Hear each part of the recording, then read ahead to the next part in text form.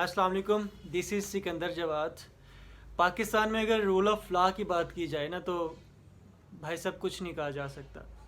यहाँ सिर्फ उसकी हुक्मरानी है जिसकी लाठी है जिसकी लाठी उसकी भैंस, वो वाला हिसाब है। जो लोग अशराफी हैं, जो लोग अमीर हैं, सिर्फ उनकी चलती है।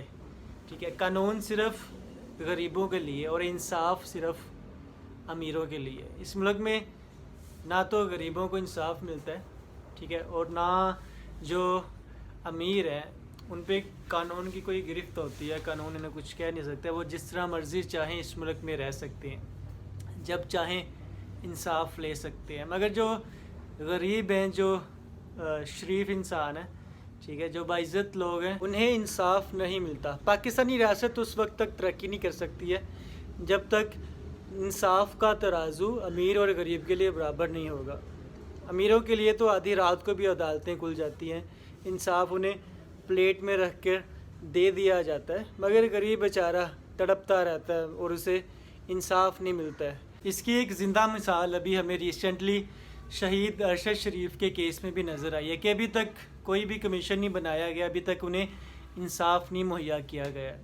अभी कल मैं देख रहा था, हमारे इमरान रियाज भाई ने एक ऐलान किया है कि हर बंदा, हर Pakistani chief justice of Pakistan को ख़त लिखे कि वो अरशद शरीफ के केस में उनकी इन्वेस्टिगेशन करवाएं, उन्हें इंसाफ दें।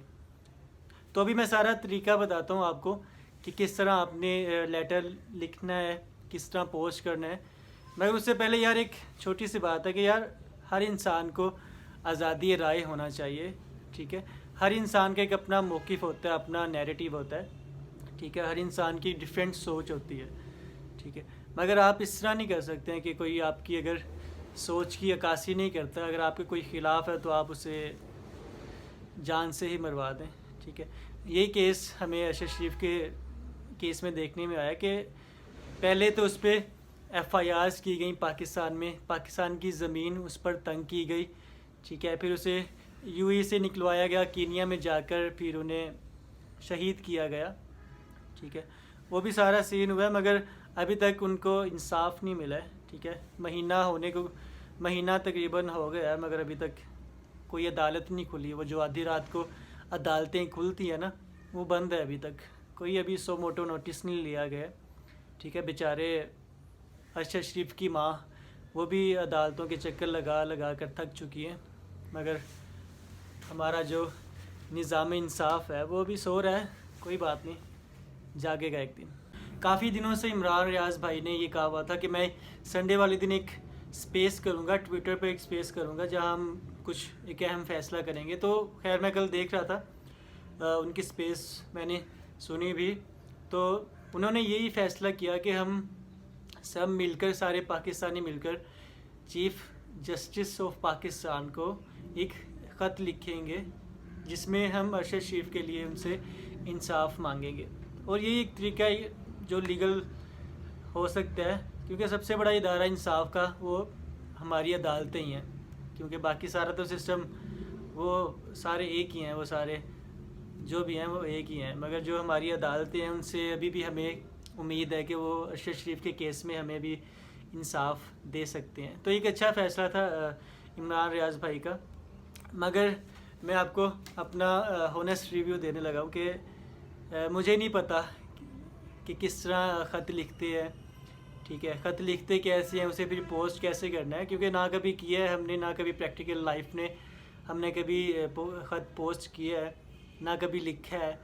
ठीक है, तो खैर मैंने अपने एक दोस्त से पूछा कि यार ख़त पोस्ट कहाँ पे करना है, और मतलब करना तो वहाँ पे है पोस्ट ऑफिस में। तो मतलब उसके लिए क्या क्या चीज़ें चाहिए या किस तरह पोस्ट करना है, क्योंकि आपको पता है हमारे मुल्क में जो गवर्नमेंट ऑफिसेस है ना, वहाँ पर एक अलग ही वाइब होती है। मैं खुद कंफ्यूज हो जाता हूँ किसी भी गवर्नमेंट ऑफिस में जाकर। ठीक है, जिसमें पुलिस स्टेशन हो गया, हॉस्पिटल हो गया। ठीक है, इवन जो हमारा पोस्ट ऑफिस है वो भी गवर्नमेंट के अंडर ही आता है। तो सारे गवर्नमेंट ऑफिसेस की अलग ही वाइब होती है, वहाँ पे एक शाहाना अंदाज़ होता है उनका।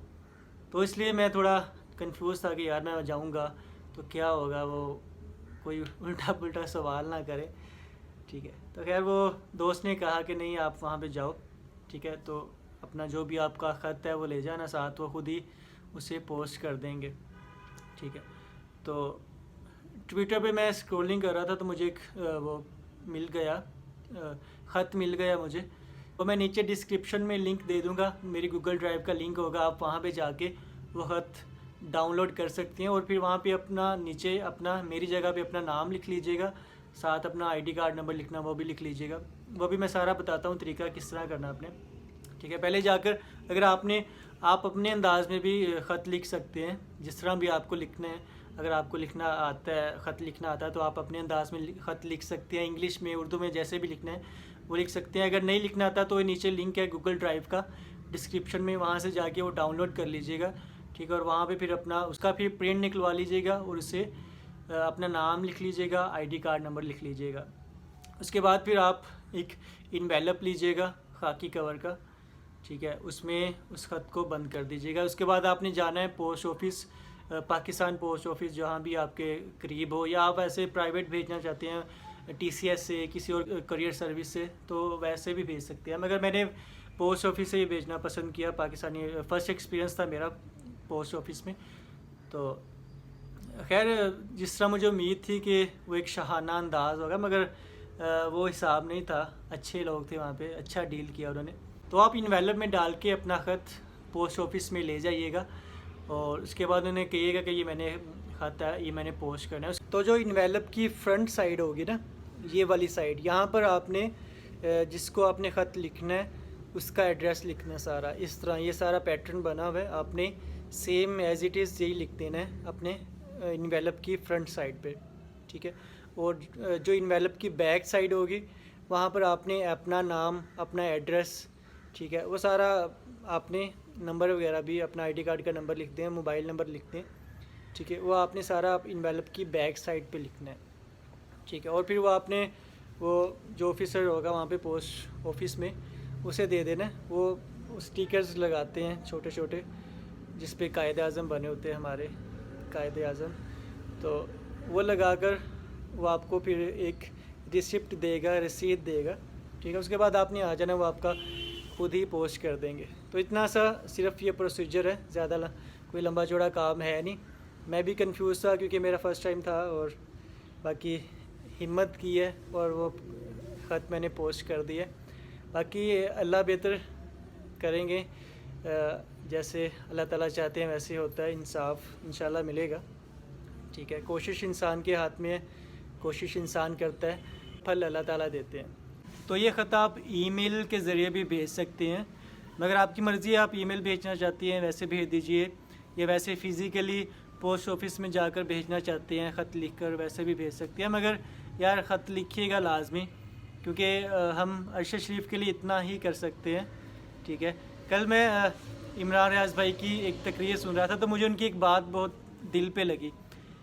कहते यार हम पाकिस्तानी सिर्फ लोगों के जनाज़ों में जा सकते हैं, उनकी ज़िंदगी में उनके साथ खड़े नहीं हो सकते हैं, ठीक है। और बात भी सच है, जनाजे हमारे इतने बड़े बड़े होते हैं, कोई हमारे जो लेजेंड्स होते हैं, सुपरस्टार्स होते हैं, उनके जनाजे माशाल्लाह बड़े बड़े होते हैं, मगर जब उन्हें अपनी हकीकी ज़िंदगी में हमारी ज़रूरत पड़ती है तो हम उनके काम नहीं आते, उनके साथ नहीं खड़े होते हैं। तो एटलीस्ट अब अरशद शरीफ इस दुनिया में नहीं है, मगर हम अब इतना तो कर सकते हैं कि उसके हक़ में एक चीफ़ जस्टिस को ख़त लिख सकते हैं कि ताकि उसे इंसाफ मिल सके, अरशद शरीफ की वालदा को भी इंसाफ मिल सके, ठीक है, और अरशद शरीफ को भी इंसाफ मिल सके जिस तरह बेदर्दी से उन्हें शहीद किया गया।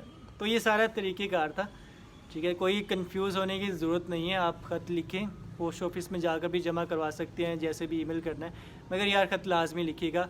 अपना बहुत ज़्यादा ख्याल रखिएगा। अल्लाह हाफिज़।